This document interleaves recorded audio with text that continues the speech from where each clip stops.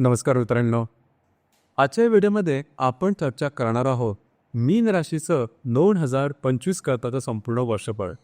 मीन राशीकरता 2025 हे जे संपूर्ण वर्ष आहे हे थोडंसं खास आहे, कारण तुमच्या राशीची जी 7.5 आहे ही साधारणतः चालू झालेली आहे गेल्या 2-2.25 वर्षापासून. त्याच्या थोड्या फार प्रमाणात परिणाम तुम्ही गेल्या सव्वा वर्षामध्ये नक्कीच अनुभवलेले असतील. आता जो शनी आहे हा तुमच्याच राशीमध्ये येणार आहे. दुसरी महत्त्वाची गोष्ट म्हणजे राहू आणि केतू हे जे ग्रह आहेत हे तुमच्या राशीमध्ये भ्रमण करत होता. राहू तो तुमच्या व्यय स्थानात जाणार आहे किंवा केतू जो आहे तो षष्ठ स्थानात. ही दोन्ही स्थानं अशुभ फलदायी मानली जातात. याचप्रमाणे तुमच्या राशीचा जो स्वामी आहे गुरु, जो की तुमच्या तृतीय स्थानामध्ये भ्रमण करतो आहे, तो चतुर्थात भ्रमण करणार आहे. आणि चतुर्थातला गुरु किंवा चतुर्थ स्थानातला गुरु हा चांगला मानला जात नाही किंवा अशुभ मानला जातो. दुसरी महत्त्वाची गोष्ट म्हणजे या वर्षीच्या म्हणजे 2025च्या अगदी सुरुवातीपासूनच जो मंगळ आहे हा मंगळ तुमच्यासाठी चांगला नाही, कारण तो वक्री असणार आहे तुमच्या पंचम आणि चतुर्थ स्थानामध्ये.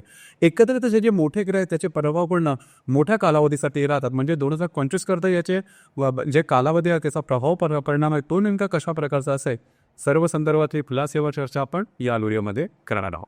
तर सुरुवातीला आपण चर्चा करू की तुमचं जे स्वास्थ्य आहे मानसिक किंवा शारीरिक हे नेमकं कशा प्रकारचं राहील.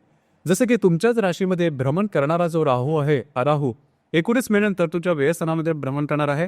आणि ज्यामुळे 30 मार्चपासून जो रवी आहे कुठच्याच राशीमध्ये भ्रमण करणार आहे. ही गोष्ट अत्यंत महत्त्वाची आहे. याचे प्रभाव पण साधारण तुम्हाला मानसिक स्तरावरती जास्त प्रमाणात जाणवते.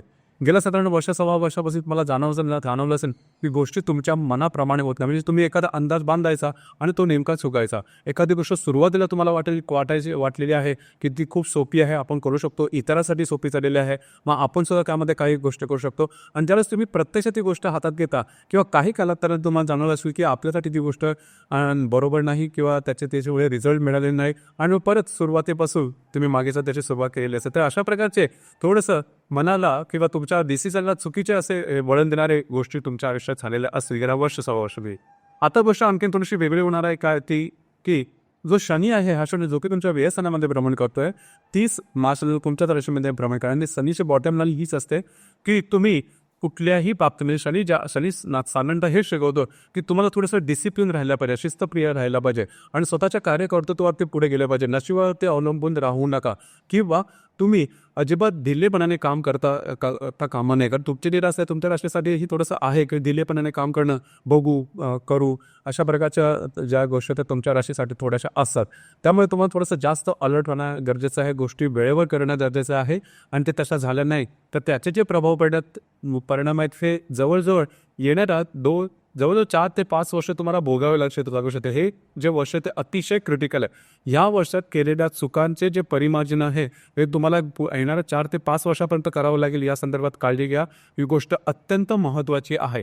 याचप्रमाणे शारीरिकदृष्ट्या जरी विचार करायचा झाला तर साधारणतः केतू तुमच्या मे महिन्यानंतर पुढच्या षष्ठात येणार आहे. आणि मंगळ हा सुद्धा 7 जूनपासून जवळजवळ 29 जुलैपर्यंत तुमच्या षष्ठातच राहणार आहे.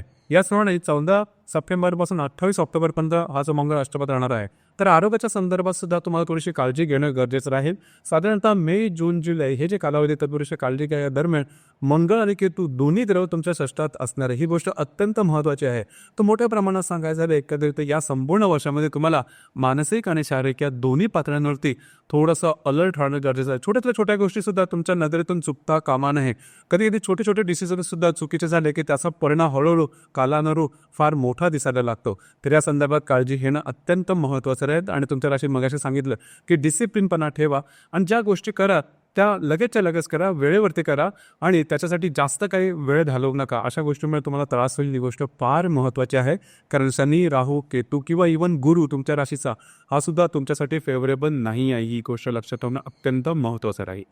यानंतर तुमचं जे आर्थिक स्तर आहे या आर्थिक स्तराबद्दल सांगायचं झालं तर साधारणतः आर्थिक स्तराबद्दल जर तुम्ही शेअर मार्केटमध्ये ट्रेड करत असाल तर काळजी घ्या. पहिले जवळजवळ 3 ते 4 महिन्यात म्हणजे जानेवारीपासून ते मार्च एप्रिलपर्यंतच्या कालावधीमध्ये कुठल्याही प्रकारचे महत्त्वपूर्ण निर्णय घेऊ नका. तुमचे अंदाज विकास करून झटपट किंवा शॉर्ट टर्ममध्ये ज्या गोष्टी तुम्ही कराल शेअर मार्केटमध्ये त्या तुम्हाला पुरेशा होणार नाही किंवा फायदेशीर होणार नाही. ही गोष्ट फार महत्त्वाची आहे. आणि आर्थिक संदर्भामध्ये सुद्धा तुमच्या अंदाज खास करून 2 गोष्टीमध्ये लक्ष द्या. तुमचे जे खर्च आहेत त्यावरती लक्ष द्या. आणि ज्यावेळेस तुम्ही इन्व्हेस्टमेंट करा किंवा ती इन्व्हेस्टमेंट कशा प्रकारची आहे ती पूर्णपणे सिक्युअर आहे की नाही हे लक्षात घ्या. आणि ते पाहणं गरजेचं आहे. आणि पहिली गोष्ट म्हणजे खर्च, कारण तुमची जी रास आहे थोडीशी कधी कधी लॅबिस लाईफस्टाईलकडे जास्त झुकते आणि त्याचा परिणाम तुमच्या पॉकेटवर होतो, म्हणजे अर्थार्जनावर ते होतं. तर या संदर्भात काळजी घेणं अतिशय महत्त्वपूर्ण राहील. ही गोष्ट फार इम्पॉर्टंट आहे.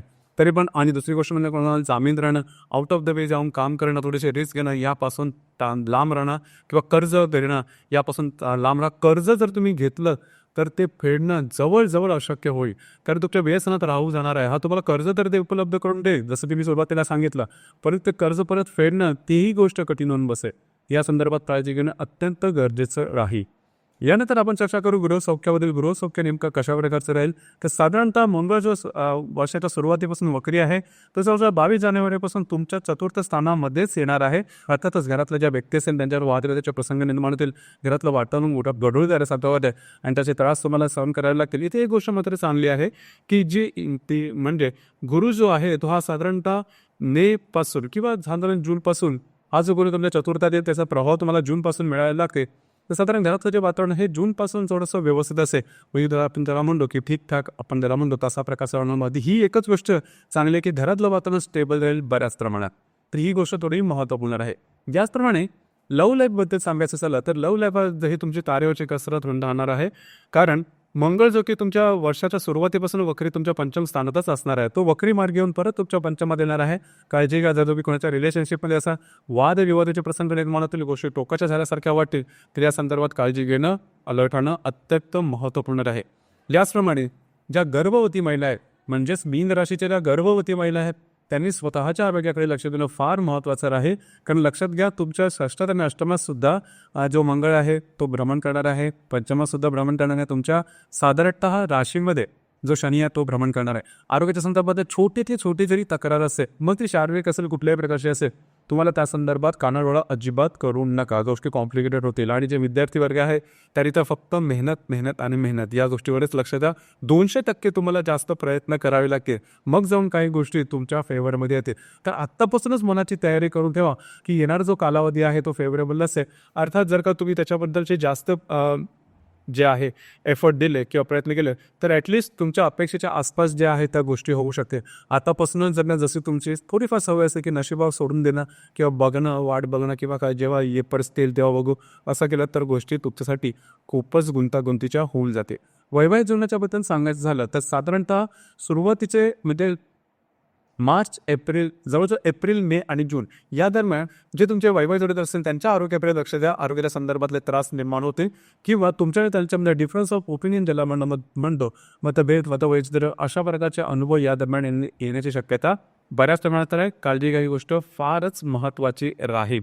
याचप्रमाणे तुमचं कार्यक्षेत्र आहे त्या संदर्भात सुद्धा विचार करायचा झाला तर कार्यक्षेत्राच्या बाबतीमध्ये कुठल्याही प्रकारची मेजर डिसिजन घेऊ नका. खरं तर या संपूर्ण महिन्यामध्ये, या संपूर्ण वर्षामध्ये कुठल्याही क्षेत्रातले कुठल्याही प्रकारचे निर्णय छोटे किंवा मोठे घेऊ नका. कारण जो शनी आहे हा शनी ज्यावेळेस तुम्ही अशा काही वेगळे निर्णय घ्यायला जा त्यावेळेस तुम्हाला तो परत मागे आणि किंवा तुमच्या निर्णय किती प्रमाणात चुकले हे नक्की दाखवून दे.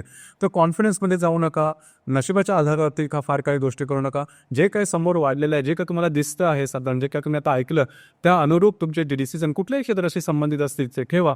मोठ्या काही गोष्टी करायला जाऊ नका, प्रॉब्लेमॅटिक आहेत, कारण महत्त्वपूर्ण ग्रह तुमच्या साथीला अजिबात नाही. यानंतर आपण चर्चा करू की जे ग्रहाचे जे ग्रह योग आहेत त्याचे प्रभाव परिणाम नेमके कशा प्रकारचे असेल. जसं की रवी आणि शनीची जी युती आहे तुमच्या व्ययस्थानात होणार आहे. साधारणतः या दरम्यान कर्ज काढणं, जामीन राहणं किंवा पैशाच्या संदर्भातले मोठे व्यवहार करणं यापासून लांब राहा. जे तुमचं कार्यक्षेत्र असेल त्या संदर्भामध्ये सुद्धा मोठे निर्णय घेऊ नका. याचप्रमाणे रवी आणि राहू यांचा जो प्रभाव परिणाम आहे, या युतीचा जो प्रभाव परिणाम आहे तो साधारण 15 मार्चपासून ते 25 मार्चपर्यंत दिसणार आहे तुमच्याच राशीमध्ये. तर या दरम्यान सुद्धा कुठल्याही क्षेत्राच्या संदर्भात निर्णय घेऊ नका. मिसगाईड होणं, फसलं जाणं, बसवलं जाणं, भ्रमित होणं बुद्धी अशा प्रकारचे अनुभव येतील. तर थोडंसं या संदर्भात काळजी घेणं अतिशय महत्त्वपूर्ण राहील. याचप्रमाणे शनी आणि राहूची जी युती आहे ती सुद्धा तुमच्याच राशीमध्ये होणार आहे 14 एप्रिलला. आता ही जी युती आहे ही 36 वर्षानंतर होणार आहे. अर्थात त्याचा जो प्रभाव आहे तो सुद्धा तेवढाच असणार आहे. थोडीशी काळजी घ्या स्वतःला, म्हणजे सरळ सरळ चला, ट्रान्सपरन्सी ठेवा. जर का तुम्हाला एखाद्या गोष्टीवरती निर्णय घेता येत नसतील, कारण का होतं काय की या दरम्यान आपण घेतलेले निर्णय बऱ्याच वेळा चुकतात. इतरांसाठी काही जे निर्णय ते बरोबर येतात, त्यांना पाहून आपण सुद्धा निर्णय घ्यायला जातो, पण तो नेमका आपण फसतो. तर ही गोष्ट महत्त्वाची आहे. एखाद्या गोष्ट तुम्हाला निर्णय घेता येत नसते तर ज्यांच्यावर तुमचा जास्त विश्वास आहे किंवा जे तुमचे मेंटॉर आहे किंवा तुम्हाला वाटतं की या व्यक्ती तुम्हाला त्या संदर्भात गाईडलाईन देऊ शकतील, जरूर त्यांच्याकडे गाईडलाईन मागा. स्वतःहून रिस्क घेऊन निर्णय घेऊ नका, कारण ज्या वेळेस तुम्ही प्रेशर खाली असाल त्यावेळेस तुमची बुद्धी जी आहे ती योग्य प्रमाणात चालेलच असं नाही. तर काळजी घ्या, ही गोष्ट अतिशय महत्त्वाची आहे. याचप्रमाणे रवी आणि गुरुची जी युती आहे हे सुद्धा तुमच्या सप्तम व चतुर्थ स्थानामध्ये होणार आहे. तर ही जी युती आहे तशी बघितलं तर अतिशय शुभफलदायी आहे. मात्र चतुर्थात होणार आहे तर घरातलं जे वातावरण असेल ते बऱ्याच प्रमाणात नॉर्मल होईल. म्हणजे घरातलं जे यातल्या व्यक्तींवरचे नातेसंबंध जी चालतील या संपूर्ण वर्षामध्ये हीच गोष्ट खूप चांगली आहे. साधारण ती मेच्या नंतर होईल की घरातलं जे व्यक्ती असेल ते तुमच्या साथीला उभे राहतील किंवा घरातलं जे वातावरण असेल ते बऱ्याच वेळा चांगलं राहील. अर्थात जर का तुम्हाला काय प्रॉब्लेम असेल घरातले ज्या व्यक्ती असतील त्याच्यामधून जर का तुम्ही मार्गदर्शन घेतलं तर ते उत्तम राहील आणि ते तुम्हाला फायदेशीर सुद्धा राहील. ही गोष्ट सुद्धा तशी महत्त्वाची आहे. घराच्या संदर्भातले महत्त्वपूर्ण व्यवहार काय असते किंवा घर विकणं, नवीन घर घेणं, अशा घराच्या बाबतीत काही नवीन करायचं असेल उपाय किंवा काही गोष्टी नवीन काय घ्यायच्या असतात तर त्याचं साधारण 24 जूनच्या आसपास त्याचा संदर्भ त्याच्यात शुभ घटना आहेत त्या घडू शकतील. याचप्रमाणे मंगळ आणि केतूची युती जी आहे ही तुमच्या षष्ठात होणार आहे 22 जुलैच्या आसपास. तर शारीरिकच्या संदर्भाने ही थोडीशी त्रासदायक होईल. लागणं, कापणं, खरचरणं, फ्रॅक्चर होणं, इन्फिटेशन होणं अशा प्रकारचे काही शारीरिक दुखापतीचे प्रसंग या दरम्यान येण्याची शक्यता जास्त आहे. साधारण 22 जुलैचा हा कालावधी आहे. तर 15 जुलैपासून ते जवळजवळ 30 जुलैपर्यंत तुम्हाला या दरम्यान थोडीशी काळजी घेणं महत्त्वपूर्ण आहे. याचप्रमाणे या संपूर्ण वर्षामध्ये अशाही जन्मतारखा आहेत की ज्या जरी तुमची मीन रास असेल 7.5 असेल किंवा बाकीच्या गोष्टी आपण ज्या आता बघितले ते जरी तुमची मीन रास असेल तरी सुद्धा तुम्हाला हे वर्ष त्याचे त्यात ठीक कारच आहे म्हणजे व्यवस्थित आहे.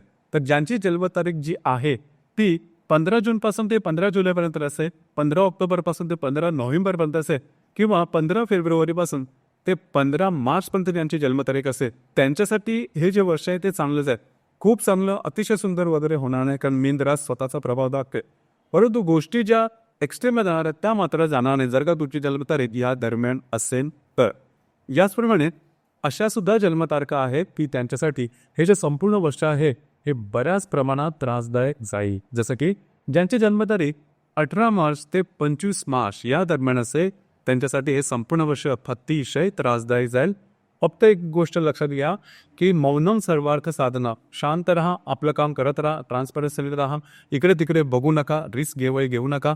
दुसऱ्याच्या उपयोगी पडताना सुद्धा काळजी घ्या की तुम्ही त्या संदर्भात केपेबल आहात का. असे काही महत्त्वपूर्ण डिसिजन की ज्यावर तुम्हाला वाटतंय की तुम्ही शुअर नाही आहे त्या संदर्भामध्ये इतरांबरोबर बोला, त्यांच्याकडून काही निर्णय घेता येत असेल, मार्गदर्शन घेता येत असेल तर ते घ्या. घरातल्या जे व्यक्ती असतील तर तुमच्याबरोबर ठामपणे उभे राहतील त्या संदर्भातला अनुभव सुद्धा तुम्हाला येईल. बऱ्याच वेळेस 7.5 असा अनुभव होतो की अगदी जवळच्या ज्या व्यक्ती असतात त्या वेगळ्या वागायला लागतात आणि मला आपलं त्यांच्याबद्दलचा अविश्वास वाढायला लागतं. खरं तर त्यांच्याही आवश्यक काही प्रॉब्लेम असतील किंवा त्यांच्या काही वेगळ्या गोष्टी असतील, दृष्टिकोन असेल तर त्या संदर्भामध्ये दुसऱ्यांना ब्लेम देण्यापेक्षा तुम्ही स्वतः व्यवस्थित राहा, इथे तिथे बघू नका, सरळ सरळ चाला. गोष्टी तुमच्यासाठी फेवरेबल होतील असं अजिबात नाही, कारण महत्त्वाचे जे ग्रह आहे ते तुमच्या साथीला यावर्षी नक्कीच नाहीत. यावर्षी केलेली छोटी चूकसुद्धा तुम्हाला येणाऱ्या 4 ते 5 वर्षासाठी महागात पडू शकेल. तर या संदर्भात काळजी घेणं ठरणं गरजेचं आहे. तर मित्रांनो हे होतं मीन राशीचं 2025 करताचं संपूर्ण वर्षफळ. धन्यवाद.